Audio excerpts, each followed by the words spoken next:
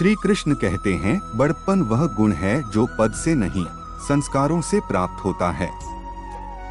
व्यक्ति या जीव का कर्म ही उसके भाग्य का निर्माण करता है। वर्तमान स्थिति में जो मित्रता है, जो मित्रवत धर्म है। मन बहुत चंचल है, जो इंसान के दिल में उघाड़ उछाल कर देता है। जब वे अपने कार्य में आनंद खोज लेते हैं, तब वे पूर्णता प्राप्त करते हैं। विखंडित व्यक्ति के लिए मिट्टी का ढेर, पत्थर और सोना सभी समान हैं। आपका कर्म ही आपकी पहचान है, बाकी एक नाम के हजारों इंसान हैं। धर्म केवल कर्म से होता है, कर्म की धर्म की कोई परिभाषा ही नहीं है। मानव की प्रतिष्ठा, वंश, वैभव, त्रिमूर्ति का अपमान करने पर ही समाप्त हो जाते हैं। जीवन में कभी भी किसी से अपनी तुलना मत देखो, आप जैसे सर्वोत्तम हैं। बुरे कर्म करने वाले प्रोजेक्टर नहीं होते और अच्छे कर्म करने वाले प्रोजेक्टर नहीं होते। जो अपने मन पर नियंत्रण नहीं रखता, वह स्वयं का शत्रु बन जाता है। बुद्धिजीवी व्यक्ति को समाज कल्याण के लिए बिना भक्ति के काम करना चाहिए। सार्वजनिक दुनिया का एक ऐसा कुआं है जिसमें निकले पाना बड़ा मुश्किल होता है। सेहत के लिए योग और किसी की जरूरत पर मदद से दोनों का ही जीवन बदल रहा है। आत्मज्ञान की तलवारों से अपने हृदय से अज्ञान के संशय को अलग कर दो। दुष्ट लोग अगर पौराणिक कथाओं से समझ जाते हैं तो निश्चित मनो महाभारत कभी नहीं होता। मनुष्य अपने विश्वास से निर्मित होता है। जैसा वह विश्वास करता है, वैसा ही आदर्श बन जाता है। मान अपमान, लाभ हानि, सुखी हो जाऊं या दुखी हो जाऊं, यह सब मन की शिक्षा है जिसे तुम अपना समझकर मगन हो रहे हो। बस यही शुभकामनाएं दुखों का कारण हैं। उस इंसान की मंजिल से भटक जाना तय है। संगत में नकारात्मक लोग रहते हैं। प्रेम हमेशा माफ करना पसंद करता है और हमेशा माफ करना पसंद करता है। श्री कृष्ण कहते हैं, सिर्फ दिखाने के लिए अच्छा मत बनो। मैं आपको बाहर से नहीं बल्कि अंदर से जानता हूँ। जो इस लोक में अपने काम की सफलता की कामना करते हैं, वे देवताओं की पूजा करते हैं। जो किक बन सकता है, अगर कारीगरों के साथ वास्तु पर लगातार ध्यान दें। शब्द अन्वेषक ही बाहर निकाला जाना चाहिए, जिसमें पुनर्लेख भी लिया जाए तो खुद को असुविधा न हो। परायों को अपना बनाना मुश्किल नहीं, फ्लूइड्स को अपना बनाना मुश्किल नहीं है। इंसान की सोच ही उसकी सबसे बड़ी पहचान है। दुनिया में एक नाम के कई इंसान हैं। बहुत सारे महाकाव्यों में से किसी एक के लिए छल कपट से तो सिर्फ महाभारत रची जाती है। मन अशांत हो तो उसे नियंत्रित करना कठिन है, लेकिन अभ्यास से इसे वश में किया जा सकता है। दिव्यता केवल शक्तिशाली में नहीं, बल्कि वास्तविक दिव्यता के भंडार में शक्ति जागृत होने वाली है।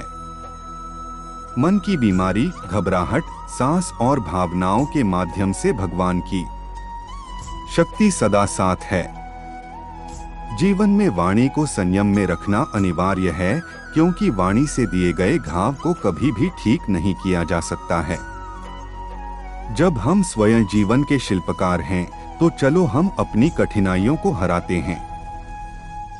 जीवन में अघुलनशील हैं। न हार चाहिए न जीत चाहिए। जीवन में अच्छी सफलता के लिए परिवार और कुछ दोस्तों का साथ। रिश्तों को किरदार के लिए छेड़े गए।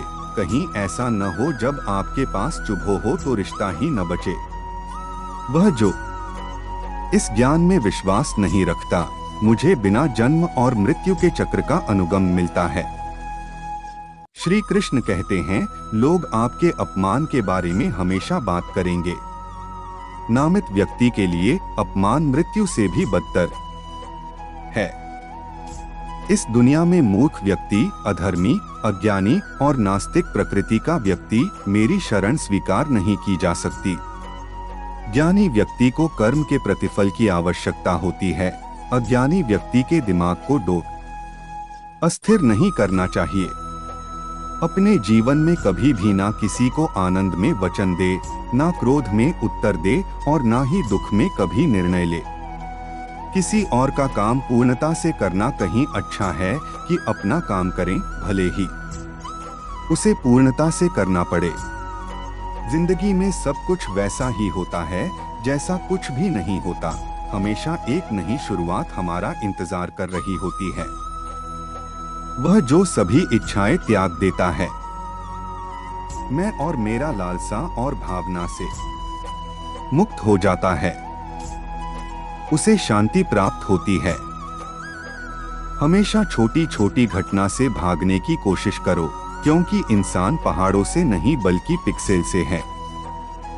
श्री कृष्ण कहते हैं, शांति से भी दुखों का अंत होता है और शांत चित्त से मनुष्य की बुद्धि शीघ्र ही स्थिर ईश्वर से युक्त होती है। अपनी पीड़ा के लिए दुनिया को दोष मत दो, अपने मन को समझाओ। मन का परिवर्तन ही दुखों का अंत है। जीवन में दुख इसी कारण जन्म लेते हैं, क्योंकि हमारी आशाएं बड़ी होती हैं। इन आशाओं का त्याग करके देखो, जीवन में सुख ही सुख है। इंसान को उसके कर्म नहीं, कर्म के पीछे की इच्छाएं बांधे रखती हैं, क्योंकि इच्छाओं के कारण ही कर्म निर्मित होते हैं। राधे राधे। ईश्वर ने हमारे भाग्य में जो लिखा है उसे हमसे कोई नहीं छीन सकता, लेकिन अगर हमें अपने ईश्वर पर सच्चा भरोसा है तो हमें वो भी मिल सकता है जो हमारे भाग्य में नहीं लिखा होता। श्री कृष्ण कहते हैं, इंसान का मुश्किल वक्त उसके लिए एक दर्पण की तरह होता है, जो हमारी क्षमताओं का दर्शन हमें करवाता है। जो दूसरों की तकलीफों को समझते हैं, जिनमें दया है, दिल से अच्छे हैं, उन्हें दोबारा जन्म लेना नहीं पड़ता।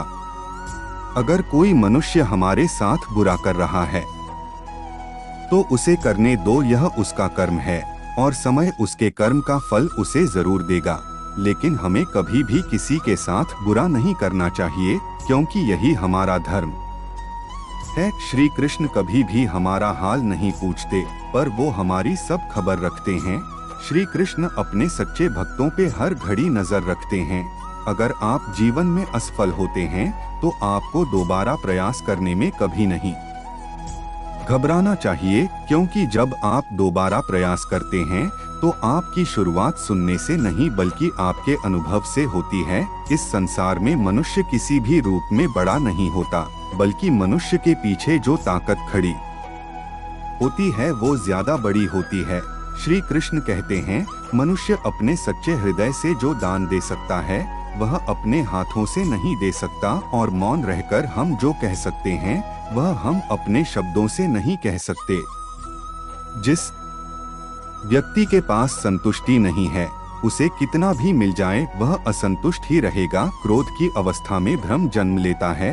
भ्रम बुद्धि को नष्ट कर देती है। बुद्धि के नष्ट होते ही व्यक्ति का पतन हो जाता है। प्यार और तकदीर कभी साथ नहीं चलते, क्योंकि जो तकदीर में होते हैं उनसे कभी प्यार नहीं होता, और जिससे हमें प्यार हो जाता है वह तकदीर में नहीं होता। खाली हाथ आए, खाली हाथ वापस चले जाओगे। आज तुम्हारा है, कल किसी और का था, परसों किसी और का होगा। तुम जिसे अपना समझकर मगन हो रहे हो, बस यही प्रसन्नता तुम्हारे दुखों का कारण है। श्री कृष्ण कहते हैं, स्वार्थ से रिश्ते बनाने की कितनी भी कोशिश करें वो कभी नहीं बनते हैं, और प्रेम से बने रिश्तों को कितना भी तोड़ने की कोशिश करें वो कभी नहीं टूटते। आत्मा वह पवित्र स्थान है जहां भगवान का निवास होता है। यदि इस आत्मा को मंदिर के रूप में दर्शाया जाता है तो दुष्टात्मा को विचारधारा से भरते हो तो आत्मा रूपी ईश्वर के आशीर्वाद से खाली हो जाते हैं। जहां ईश्वर का वास नहीं होता वह नरक के समान ही होता है। मनुष्य अपने विश्वासों के अनुरूप ही बनता है। जिस तरह से वह यकीन कर जाती है उसी तरह वह बन जाती है। यदि आप किसी एक विषय को अपने लक्ष्य पर सतत ध्यान केंद्रित करते हैं तो निश्चित रूप से आप प्राप्त कर सकते हैं। इसके लिए आपको उस विषय को स्वीकार करना होगा, अनुभव करना होगा। एक बार जब आप आश्चर्यचकित हो जाएंगे, फिर आप संकल्प बन जाएंगे।